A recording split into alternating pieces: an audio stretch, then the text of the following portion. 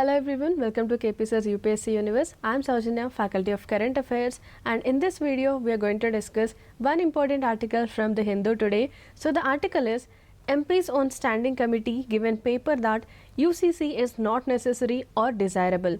So this UCC is our Uniform Civil Code. So we have been seeing that it was in news since the past few days. So this concept of Uniform Civil Code, it is important for us both from the point of view of prelims and mains. So here today we have an article on Uniform Civil Code wherein MPs on Standing Committee it has given a paper, and according to this paper Uniform Civil Code it is neither necessary nor desirable.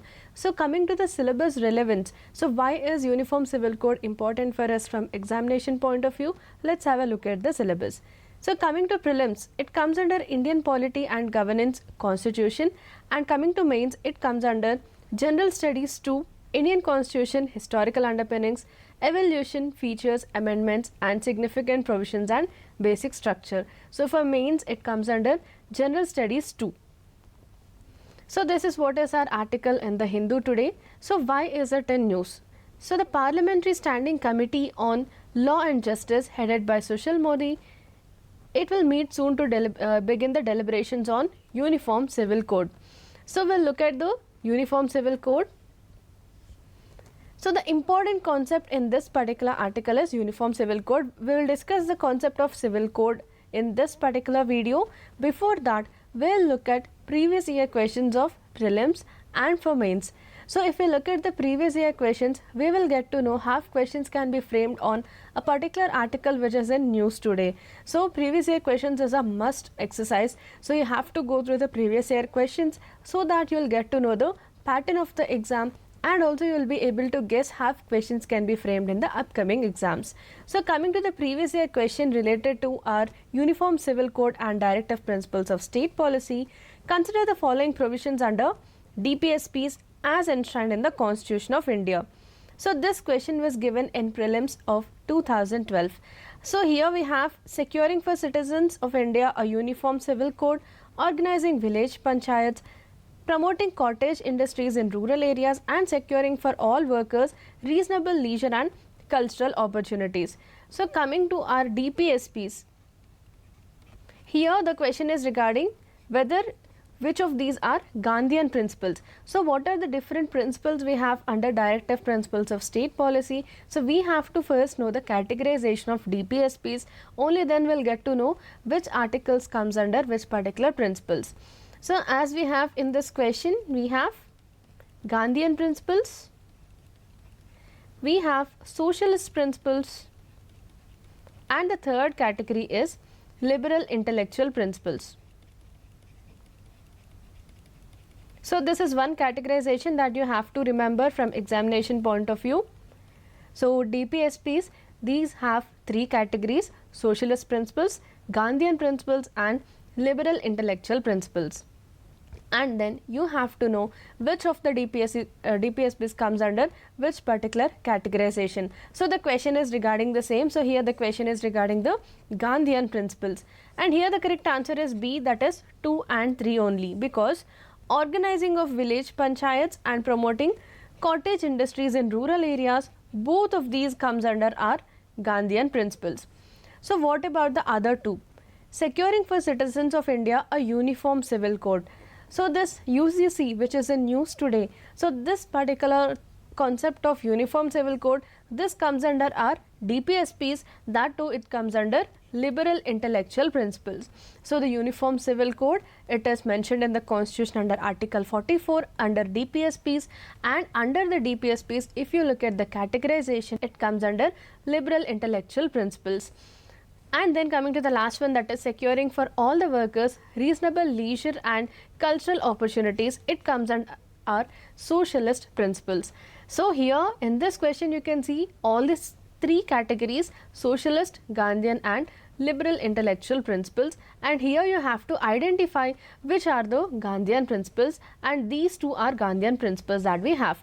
So this is how you have to go through the DPSPs in detail.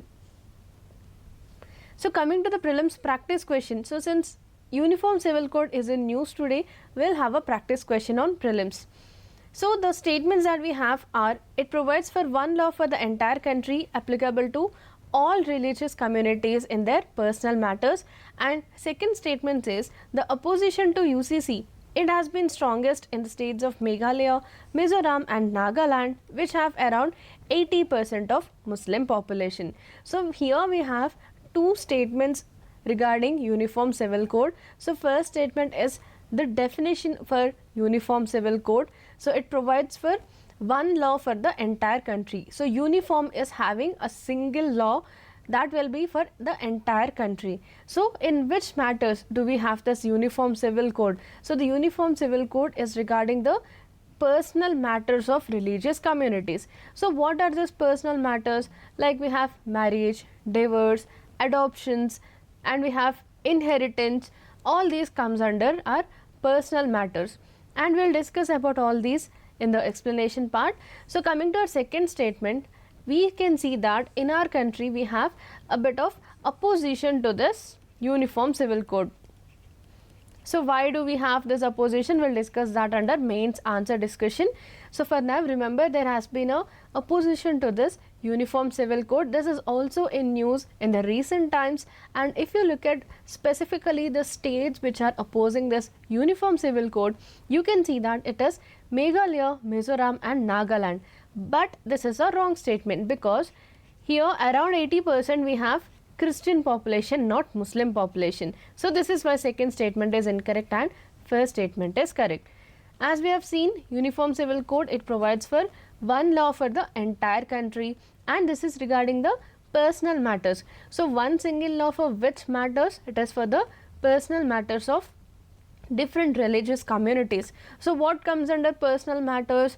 It is like issues like marriage, divorce, inheritance, adoption. These comes under our personal matters, and regarding these matters of different religious communities, we are going to have one single law for the entire country. This is what is our Uniform Civil Code.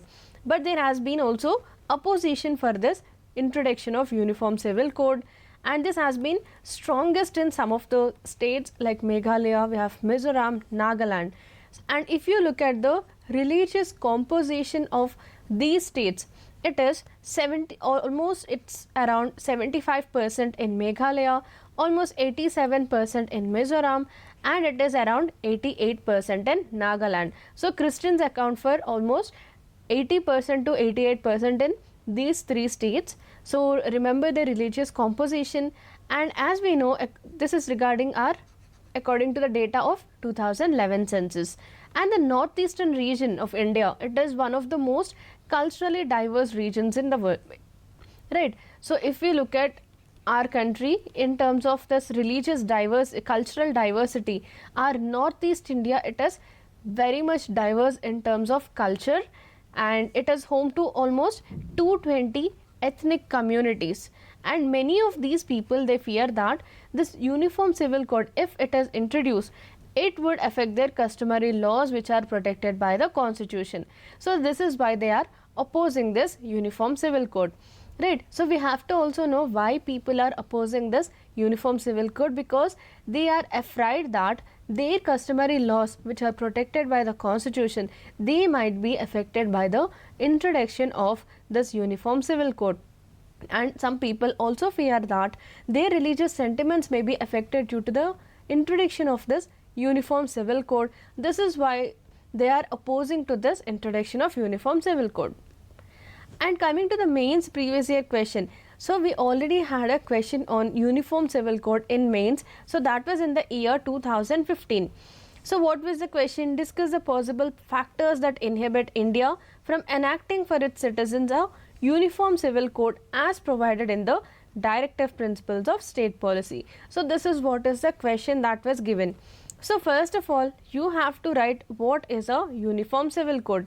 As we have discussed, to be simple, Uniform Civil Code, it will bring about a single law for the entire country, and this is regarding the personal matters of religious communities like marriage, divorce, adoption and inheritance, etc. So in these matters, we are going to have a single law for the entire nation, irrespective of the religious communities we have in India. right? So you have to introduce the answer by defining what is this uniform civil code, and you can also mention regarding the directive principles of state policy, like under which category this uniform civil code falls under this DPSP.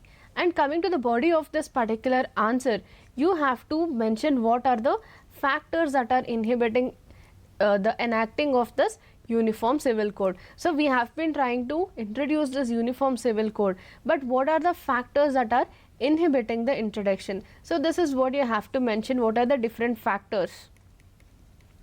So the factors are to be mentioned, like there has to be a political willpower to introduce this kind of uniform civil code, because lot of opposition may come from different kinds of people that we have in our country. So we had from different parts of our country, so we have to be very a political willpower is definitely needed for introduction of this kind of a uniform civil code, and there is no common ground for this particular introduction of uniform civil code.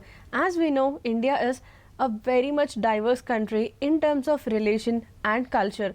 So bringing about a common ground in such a diverse country, it is a bit of a difficult task, and also religious, it's a very sensitive topic. So government has to deal with it very carefully, because religion is a religious sentiments of people may be hurt because of the introduction of uniform civil code.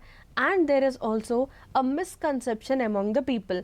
The misconception is that some people feel that their culture may be endangered because of the uniform civil code, and some other religious groups, they are afraid that Hinduism would be enacted upon them forcefully in terms of this uniform civil code, and their religious sentiments would be hurt because of the introduction of uniform civil code. So in this way, there are different kinds of opposition from different parts of the country regarding this introduction of uniform civil code. So in this way, you have to list out all the factors that we have regarding the introduction of uniform civil code, and finally you have to give your suggestions. What can we do? What would be the way forward? So first thing would be creating a awareness among the people. So you have to create a awareness among the people so that people won't be afraid of the introduction of uniform civil code. So we have to assure people that your religious sentiments would not be hurt, right? So in this way, first of all, awareness must be created among the people so that every citizen should know what actually is uniform civil code, what will it do to our constitution, to our country, to our religious sentiments, right? So we have to assure people first, we have to remove those fears from the people and the misconceptions, so that awareness would be generated among the citizens. And also it will take some time for the introduction, right? So it definitely takes some time because we are a very diverse country, so we need some time. It should be a gradual process, so it should not be a sudden change. If we have to introduce something like our uniform civil code, it takes some time for the people to get aware of these provisions of uniform civil code, and they have to accept this uniform civil code. So it has to be definitely a gradual change, right? So in this way you can write your answer. And our today's mains practice question is also on the similar lines. Discuss the issues and challenges regarding the implementation of uniform civil code, right? This question is given because we have been saying that since past few days uniform civil code has been in news, and we have been majorly coming across the challenges and the opposition against this uniform civil code. So you have to be aware of all these opposition, why people are opposing from different parts of the country, what are their issues, what are the challenges. So we have to go through all these. And recently we have seen that our Prime Minister has given a statement that he has also given a example regarding uniform civil code. So the example was that if we have different religious people in a single family, if they have different personal laws in a single family, it would be difficult to run that family. So similarly, in a nation, in a wide country, diverse country like India, if we have different personal laws for different religious communities, it would be difficult as a nation. So this is what is an example that our Prime Minister has given in support of our uniform civil code. So here you have to define what is uniform civil code and the factors that are inhibiting this, like we have the challenges.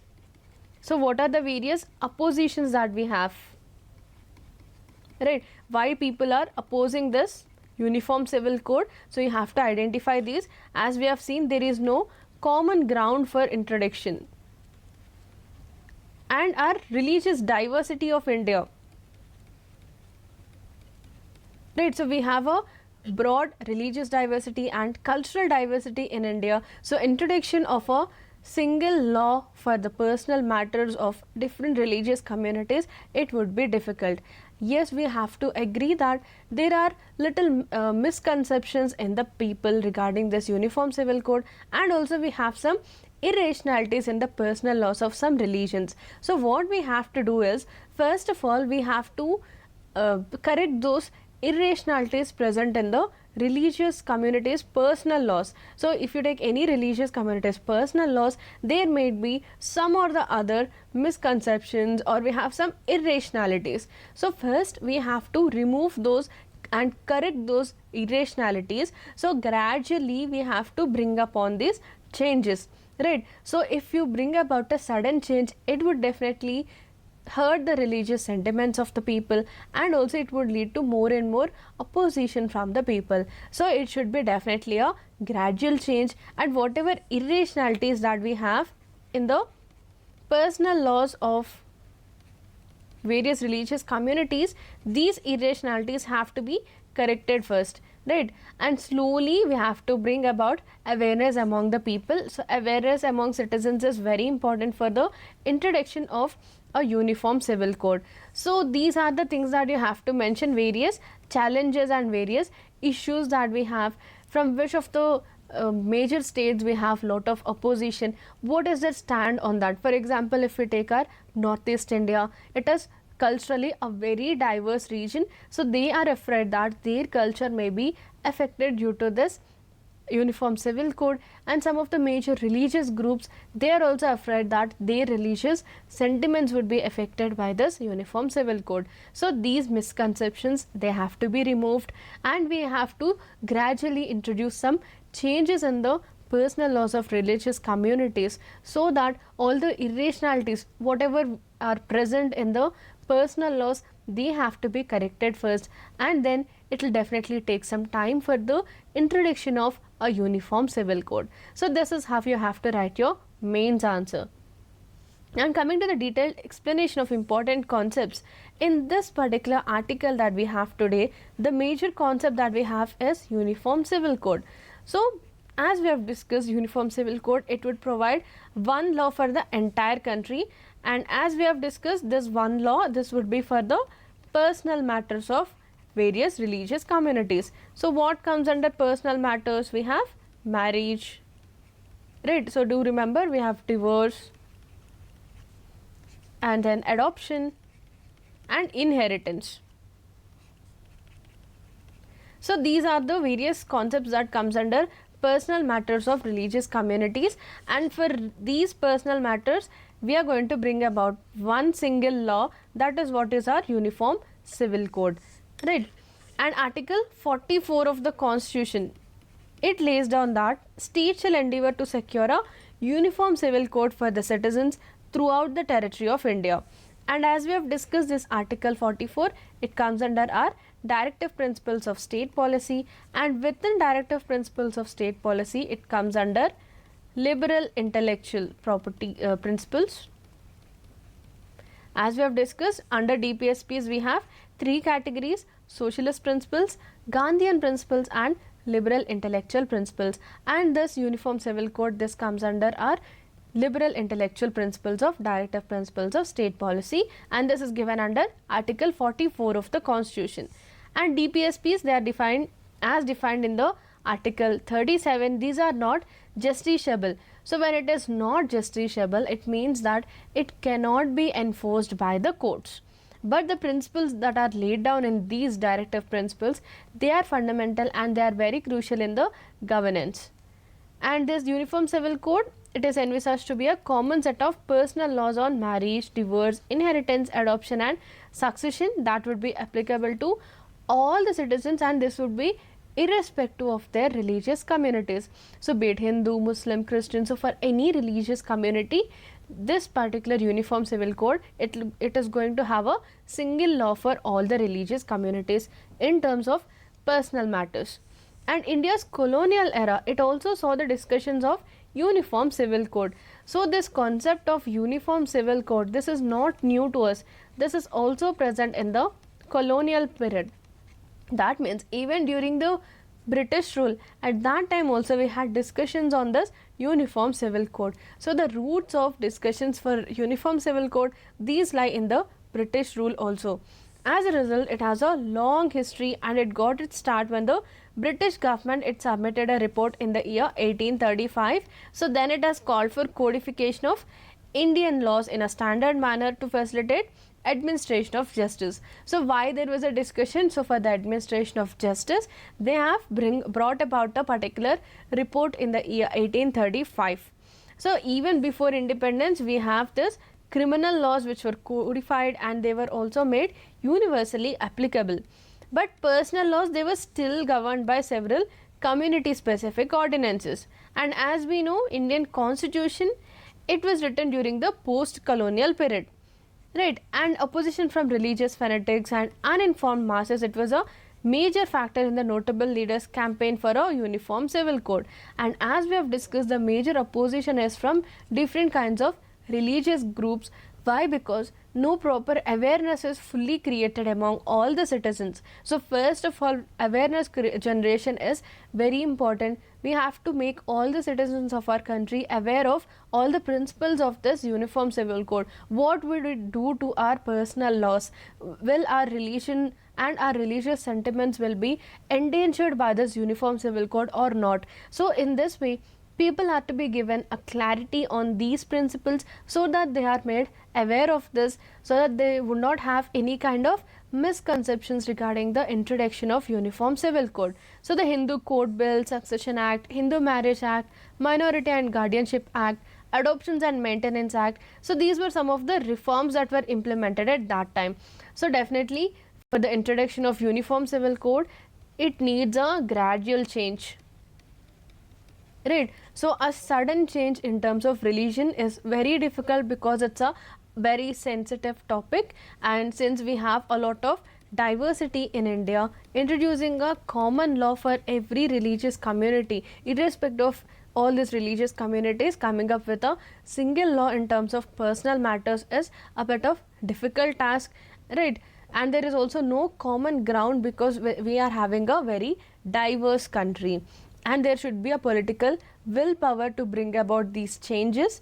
So do remember these, and also people are afraid that this would endanger their fundamental rights regarding freedom of religious conscience and maintaining their religious issues, religious institutions, right? So people are also afraid that their fundamental rights would be endangered with the introduction of uniform civil code. So awareness generation is a must, and it definitely takes some time for the gradual introduction of uniform civil code. So these are the things that you have to remember regarding uniform civil code and the issue that we have in news. And also we have the Law Commission, 22nd Law Commission report on this particular issue of uniform civil code, and you have to also go through our Law Commission since it is also in news. So Law Commission, it's neither a constitutional body nor a statutory body, right? So it is not a constitutional body, it is not a statutory body, it's an executive body. So this is one point that you have to remember, because it is created by an executive order of the government. So it is neither a constitutional body nor a statutory body. This is one more point that you have to remember, and this is all about our uniform civil code and the issues that are regarding this uniform civil code. So hope you have liked this video. Thank you.